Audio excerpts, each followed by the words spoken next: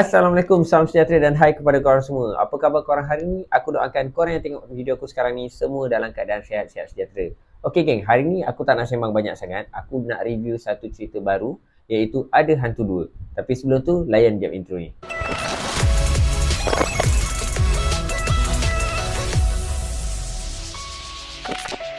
Kalau dah nama tajuk pun Ada Hantu 2, of course lah dia akan relate dengan cerita Ada Hantu 1, sama ada sequel ataupun prequel. Sebenarnya cerita ni adalah sequel kepada Ada Hantu 1 yang mana cerita tu rilis pada tahun lepas, which is 2021.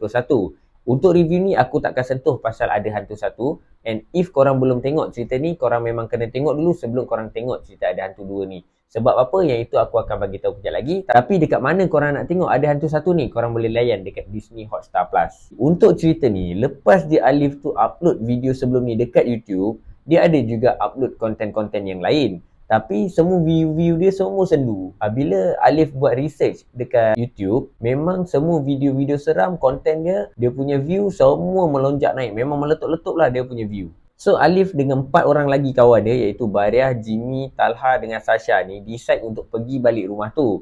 And kebetulan pula lepas dia kejadian sebelum ni, Bariah ada dapat satu mimpi yang dia bangun dekat dalam satu bilik somewhere dekat dalam rumah tu. And sebelum ni diorang tak jumpa pun bilik tu dekat mana. Misi diorang kali ni diorang bukanlah nak cari hantu. Kalau sebelum ni diorang memang pergi rumah tu untuk cari hantu. Tapi kali ni misi diorang lebih kepada nak cari bilik yang tersembunyi tu. Cuma kelainan yang Alif nak bawa dalam video kali ni, dia tak nak record.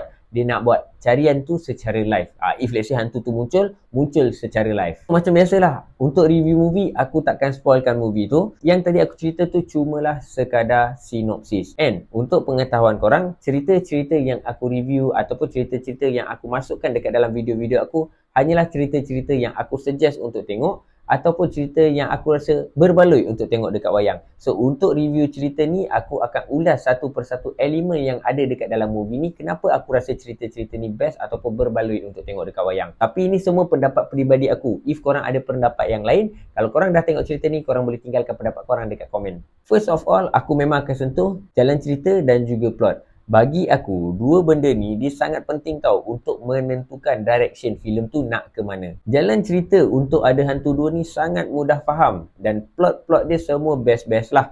Dan setiap plot yang ada dekat dalam movie ni aku rasa semuanya ada isi. Ada part lawa, ada part sedih, walaupun tak berapa nak sedih sangat, ada part seram. Dan aku rasa memang tak ada plot yang aku rasa bosan dekat dalam wayang tu sepanjang aku tengok movie ni. Tapi dia punya plot twist tu memang kau-kau dia bagi sampai aku rasa aku pun kena tipu. Next, aku nak sentuh tentang pace movie, opening dan juga closing. Okay, untuk pace movie ni, bagi aku dia balance. Aku sebenarnya suka cara dia build up story untuk cerita ni. Maksudnya daripada awal tu macam mana dia opening kan. Untuk cerita ni, dia start daripada bawah and dia naik. Dia slowly naik tau, dia slowly naik. Tapi bila dia dah sampai puncak, kau memang gelak non-stop lah.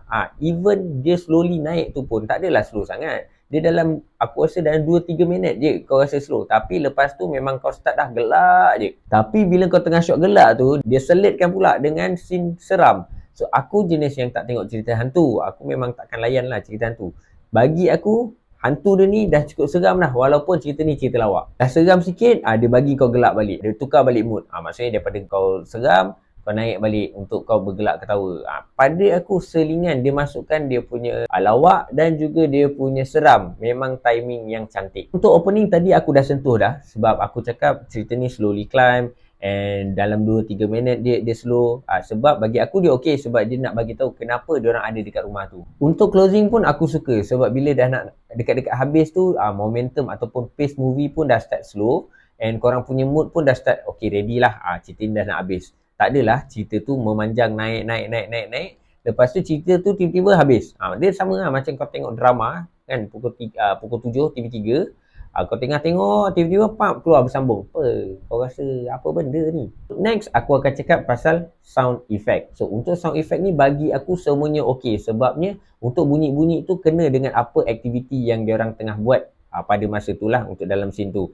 And even, diorang punya background music pun masuk dengan scene-scene yang ada. Maksudnya ada scene lawak, ada scene sedih, ada scene seram. So semuanya ada background music yang sesuai. Pada aku kat sini tak ada isu pun. Nak puji lebih pun sebabnya cerita ni pun bukan cerita yang bombastik sangat yang perlukan sound effect yang gila-gila. So pada aku kat sini tak ada apa-apa isu. Next ni aku nak cakap good job pada dia punya barisan pelakon dan juga pada penulis skrip.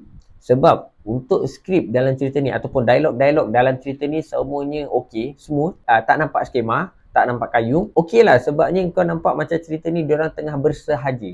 Even ada juga dialog kadang-kadang daripada si Alif ni nampak macam skema. Tapi pada aku tak pun sebab memang aku yakin ada antara kita ni ada kawan-kawan yang masuk air macam si Alif ni. Lepas tu watak dalam cerita ni semuanya hidup. Maksudnya kau tak nampak kayu, kau tak nampak keras. So pada aku yang kat sini pelakon berjaya membawa watak diorang dengan baik. Ada juga certain scene kau nampak macam tak realistik. Tapi pada aku benda tu tak jadi masalah yang besar pun sebabnya dia bukan daripada pelakon utama. Last aku nak sentuh pasal comedy scene. Untuk comedy scene ni aku tak tahu nak cakap apa sebab aku non-stop gelak dekat dalam panggung tu. Even adalah juga part-part seram kan. Tapi even part seram tu pun kadang-kadang ada yang lawak. So lawak dia ni pula jenis yang dia bagi kau, otak kau tak sempat proses pun, tak payah proses, dia bagi kau terus gelak. Aku dalam masa tu tengah sakit tekak, memang terbatuk-batuk aku dekat dalam panggung tu. Aku risau je. Tadi aku dah cakap yang korang kena tengok dulu ada hantu satu before korang tengok ada hantu dua ni. Ini sebab dia. Sebab ada part-part lawak, ada scene-scene lawak dekat dalam ada hantu dua ni.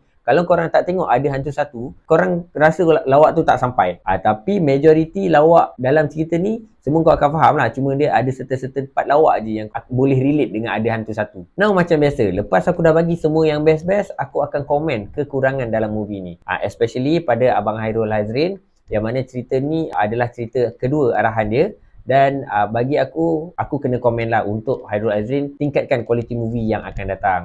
Sebab cerita arahan pertama dia tu lah ada hantu satu tu. Tapi sejujurnya aku cakap dengan korang, masa aku nak cari kekurangan dalam movie ni, aku tak jumpa kekurangan yang besar. So aku just jumpa minor scratch yang aku rasa aku boleh masukkan juga dalam komen aku daripada tak ada langsung. Kekurangan yang first ni datang daripada pelakon sampingan. Sebab ada a few scene yang aku rasa janggal daripada dia punya pelakon sampingan.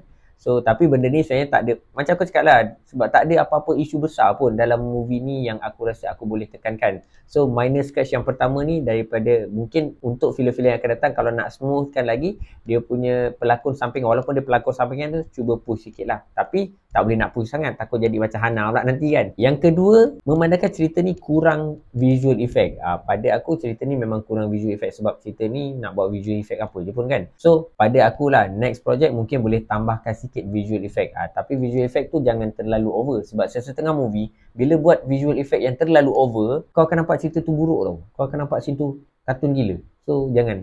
Kalau nak masukkan visual effect, masukkan sikit-sikit je. Tapi untuk cerita ni sekilas pandang aku macam tak ada langsung visual effect. Still okay lah. Dia tak ada masalah. Cuma kalau untuk next project nak selitkan visual effect sikit-sikit, ngam. Ketiga, aku nak cakap pasal sound effect pula. Sound effect tu memang semua dah ngam dah. Cuma kalau nak tambah baik sikit lagi, mungkin part seram tu ada tambah guruh sikit ke, ada bunyi petir ke, macam itu memang dah cun lah.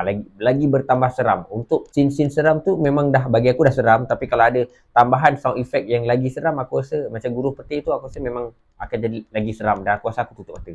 Itu je lah aku punya komen kekurangan dalam cerita ni. Bukan apa, aku kena cari juga kekurangan sebab benda ni aku bukan nak menjatuhkan, tapi aku nak director ambil tahu apa yang diorang perlu buat untuk tambah baik kualiti untuk movie-movie yang akan datang. Aku memang cari kesilapan ataupun kekurangan daripada movie ni yang memang aku tak jumpa. Overall memang daripada awal sampai habis aku terhibur. Memang best gila dengan lawak dia, dengan seram dia, memang sedih yang tak apa nak sedih tu memang cun lah, semuanya bagi aku memang best. Sejujurnya aku masuk panggung untuk tengok cerita ni dengan expectation yang rendah lepas aku tengok dia punya trailer. Tapi lepas aku keluar panggung memang aku tersenyum lebar dan aku rasa macam cerita ni memang best gila dan aku rasa cerita ni selayaknya box office. Dah, aku tak nak sembang lebih-lebih, aku tak nak puji lebih cerita ni, takut nanti korang cakap aku jilat. Apa yang aku boleh bagi tahu adalah aku takkan review movie yang aku rasa tak berbaloi untuk aku tengok dekat wayang. Untuk personal rating aku, cerita ni aku bagi 10/10. Cukuplah sampai sini je aku review movie ni untuk hari ni. Kalau korang belum book lagi tiket untuk cerita Ada Hantu 2 ni, korang memang kena tengok cerita ni dekat wayang. Korang takkan rasa membazir lah untuk tengok cerita ni dekat wayang. Tapi sebelum tu, kasih chance dekat aku juga guys. Jangan lupa like, subscribe dan tekan bell notification untuk tak lepaskan video-video aku yang akan datang. Semoga kita berjumpa lagi. Assalamualaikum. was not in her. She's a